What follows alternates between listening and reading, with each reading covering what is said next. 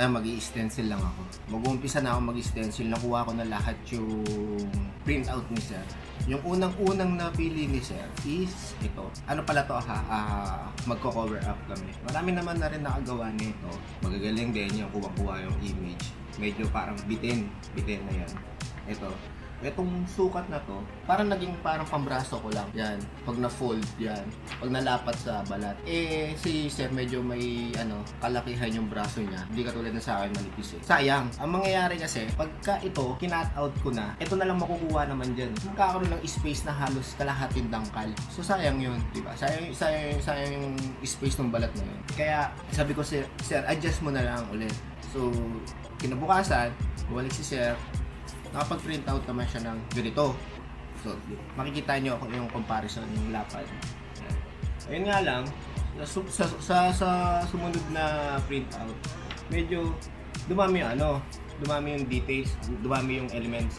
Like, nagkaroon ng dog sa orasan, tsaka si Mama Mary.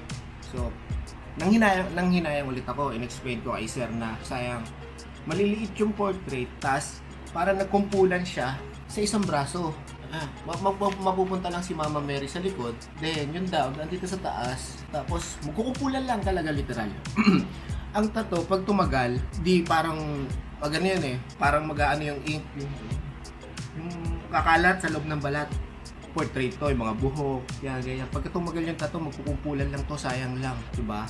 Kaya sabi ko mag-focus na lang muna kami sa isang image na yung makikita talaga kahit parang malayo ka, alam mo agad kung ano yung concept ng tattoo.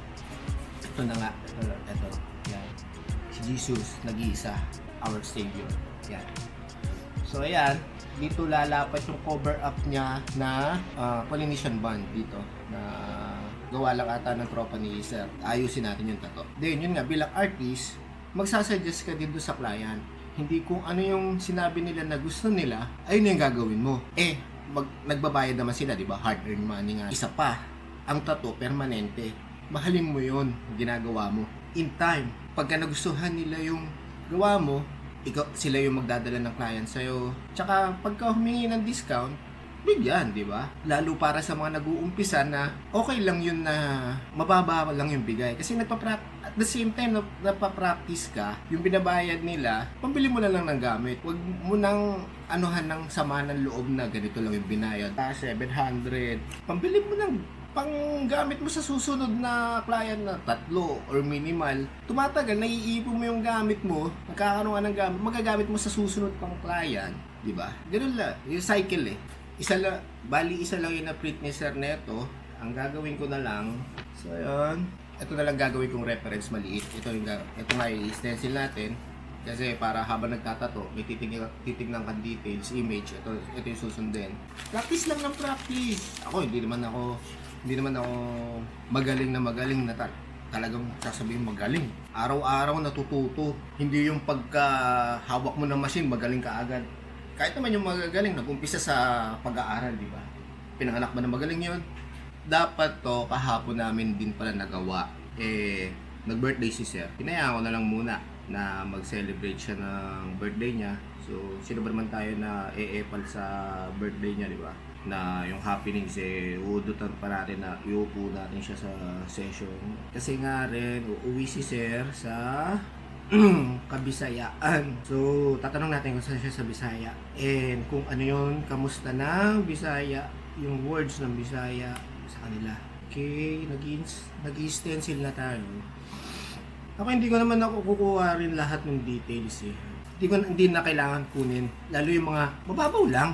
Mga bilog-bilog na gano'n, yung talsik-talsik ng ink kunwari, hindi ko nakukunin yun. Kung ano yung makakapal na linya, dapat yun. Tapos yung mga nasa gilid-gilid noon, yun na lang. Yung mga sumunod na linya. Pero pagkadating sa muka, hindi rin lahat dapat ako sa akin, hindi ko rin nililinyahan. Yung hugis, yung edge ng muka, yan kukunin. Kilay, syempre. Kilay is lifer. Kunin natin yan. Ano ba yun? Nakapikit ba si Jesus? Yung ganun. So ganito. Kukunin yun. Tapos yung tangos ng ilong, kaya bigots ni Jesus. Yung ganito ng ilong, kunin.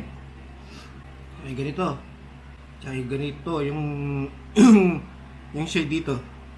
Pero pagdating dito ay mga shade dot lang, wag mong iso-solid line. Kasi kung kumbaga yun yung ano na may shade doon. Ay, yung dito. Bigote. Kung ano yung makapal na part na shade, yung lips, upper lips, lower lips. Then medyo madilim ang pagka-print out. Medyo madilim yung pagka-print out ng isa yung malaki. Kaya magbe-base tayo dun sa shade ng maliit na print out para makita natin yung details. Yung wave ng balbas ni Jesus. Yung pasok ng ikot ng balbas sa ilalim, yung sa ibabaw, yun ganun. Ayun yung kukunin. Ewan. Hindi ko alam. Basta yun. Ewan. Weird. Then, yung kabilang balbas. Sa balbas, para kang nag-aano ng S. Lagi S, ganun. Z. Tapos hindi ka, sa akin, hindi ako naglilinya pagkadating sa balbas at sa muka. Hindi ako hindi ako gumagamit ng liner na needle sa balbas at sa muka kasi portrait yun eh. Tsaka iba yung hagod ng panglinya na needle. Makapal, bold yung stroke niya. Sinaside ko lang yung yung pang shade na needle para medyo para siyang hibla ng buhok talaga.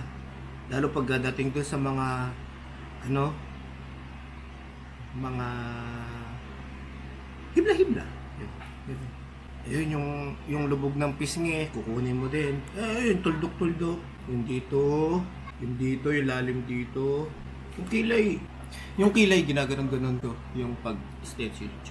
Dito na ako sa cross. So, yung cross, ano lang na siya eh. Parang basic lang. Silhouette kasi yung cross. So, madali lang siya. Pero, ikaw na mag-aano ng style ng shade para magkakatuhutuhanan. Then may mga part na light yung pagka-shade. Huwag naman yung parang kang nag-shade na pang tribal, talagang madiin. Yung ibang part medyo lamyaan mo lang yung hagod. Siguro hindi na rin ako hindi na rin ako maglilinya dito sa cross. Kaya naman kaya naman linyahan ng Magnum 17 to pang shade. Tas, yung sa cross, yung sa background ng cross, di ba? May ulap-ulap. Doon ka mag-aano ng wash, gray wash. Patak na, tubig, mineral, para mag-light. May iniintay akong magpapa-apprentice nasa Leyte pa At least, sa susunod na video, kung nandito siya, habang nagdadaldal ako dito siya sa tabi ko, natututo rin siya. Ewan ko kung ano na nangyari doon. Nasa Leyte pa ata Tower out, rain! Tapos yan, ulap-ulap tayo. Kukunin mo lang yung parang edge, yung gilid ng ulap. Yun yung dark side ng ulap. Masarap magtato, lalo kung alam mo kumikita ka. Pero yung iba kasi, kung lalo alam mo, okay naman okay naman yung gawa mo. Yung papapekto dun. Yung kesyo may kakalalang magaling. Pero bakit sa'yo nagpatato? Kaya mo lang, life goes on. Enjoy mo yung ginagawa mo. Passion mo yan. Pag nakuha mo yung hagod, tayo na. Brother. Ayun lang. Hirap nga lang din talaga mag-stencil lang ganito yung mano-mano. Unlike dun sa mga nakapagpundar na rin ng tattoo printer, yung stencil paper, nilalapat lang nila. Pagpasok ng papel, andun na. Ito, mano-mano tayo Kaya, kada details na kailangan mong maging guide, ayun yung kukunin mo. Ayun sa mga ulap-ulap, yung sinasabi kong kantuhan yung edge. Ayun lang yung kukunin mo. Tsaka huwag kang maglilinya dyan, my friend. Yan. Ayan. Kukunin mo yan. Yung duktungan, yung duktungan ng panibagong ulap sa likod niya, yun sa baba. Ayun, yun yung kukunin mo. Hindi lahat ng kulubot ng ulap i-stencil mo. Hindi Pangit mo. Magiging cotton candy yun. Ito, watercolor to siguro. Na black and white lang yung printout. Tsaka yung sa mga ganyan, yung mga splatter, huwag ka rin maglilinya. Ano lang yan? Kalma ka lang sa pag-shade. Kakantuhan mo lang. Isa-side mo lang yung needle mo, yung pang shading mo. Kuha mo yung tulis nun. Tsaka dito sa pagtatato, minsan magiging acrobatic Kasi isusunod mo yung angulo ng kamay mo sa katawan Kaya yung talaga sumasakit sa likod. Hindi yung steady ka, tapos si client yung pagagalawin mo ng pagagalawin. Hindi ganun. Masakit na yung katawan minsan nun. Ikaw na mag-adjust. Ako sinasabi ko lang kung ano yung natutunan ko sa experience. Siyempre, iba-iba pa rin yung style ng mga artist. So sila, siguro, iba yung paano sila stencil, kung paano sila kumuha nung sa details nung itatato nila. Ako, yung sinasabi ko, yung sa akin lang, kung paano ko gawin. Mahirap naman din maging know-it-all.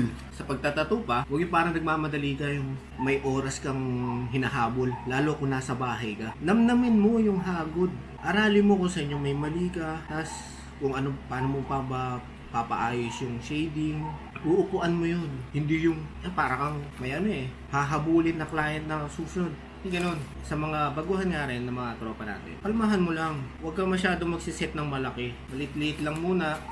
Tapos, bigay ka ng oras sa sarili mo, huwag yung kinabukasan, magsiset ka ulit. Pahinga-pahinga din. Kung nakikita nyo na yung iba kumikita na, nakagawa na kasi sila ng pangalan. Tsaka, sumasali na sila ng konti. So, ayun nga exposure Hindi naman dahil sumali kang competition, magaling ka na agad. Exposure yun. Para makahakot. Tsaka para medyo tropa-tropa ka sa mga ibang artist. Ako, ginagawa ko, nagsiset lang ako ng tattoo kada weekends or weekdays na wala rin silang lakad. Pero hindi yung sunod-sunod na araw na, ngayon magtatato ako, bukas magtatato ulit ako na ganito kalaki. Hindi kaya Dahil ako, sarili ko, gusto ko nasasabik ako. May pagitan ng yung araw, 4 na araw, sabi ka akong ihagod. Kasi medyo parang araw-araw, ganito. Tapos, minsan nagkakasunod-sunod na same concept. Pay-pay nga. Ako, yun, sa akin yun. Ewan ko sa iba. Ni-enjoy ko lang din kasi. Tsaka, maging totoo tayo sa client, no? Minsan, may mga masasagwan din sa inyong client yun yung gusto nila Pero, mag-suggest ka. Magsasuggest tayo kung ano yung maayos. Kaya nga, palitan tayo ng ideas. Hindi yung pumunta sila, may dalang infinity tattoo. Yun na. Di ba? Suggestan mo ng medyo may blend. Dito na ako, nag-i-stencil na ako sa buhok, medyo masalimuot Kasi yung mga kembot-kembot na buhok, medyo dun. Ito rin nagdadala kasi minsan talaga Bukod doon sa mukha, syempre, buhok, di ba? Kutya. Mahirap naman, buhok. Baka mamaya maging dreadlock. Yari tayo. Di pala nag-charge. Yan, medyo, kung na tayo masim, ito yung kinalabasan ng stencil na mano-mano. Kaya sabihin mo na sa mga tropa mo, X-Deal. Tattoo printer, palet, full sleeve. Promise. Full sleeve, pero gray wash. Ayan. Kita ba? Ayan. Yun. Kinalabasan. Tapos, aaninagin ko siya sa ilaw kung meron akong na-miss na details na kailangan ko. Ganyan. See? Meron nga. Buhok. Dito walang buhok. Dari tayo. Bakit di tayo makakuha ligtas points pag nakulangan ng buhok? Lang. Alright. Nasunod. Bisa. Okay. Stencil. Unti lang. Broke na lang. Nga. Parang kembot-kembot lang. Ng mga ayun yung magdadala yung pag kembot ng buhok.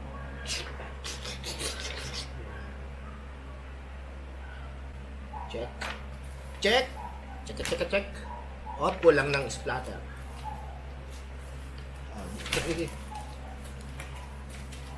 Hindi ko na stencil.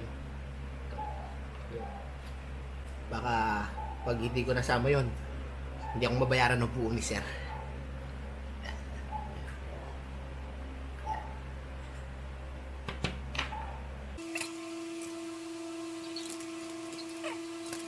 Sa mata, kompleto. Dalawa naman. Yung hibla ng balbas, baka magkulang tayo. Yari tayo isa. Tapos nito, pagka-stencil, kain muna ako. Baka mga tug ako. Mukha pa naman to. Hit. Ha? Nagkit. Tama naman yung cross. 3. Kasi meron parang pang 1-4 yung sino yun. 3 lang yun, di ba? Yung 4. Okay, chicha muna ako. Kape,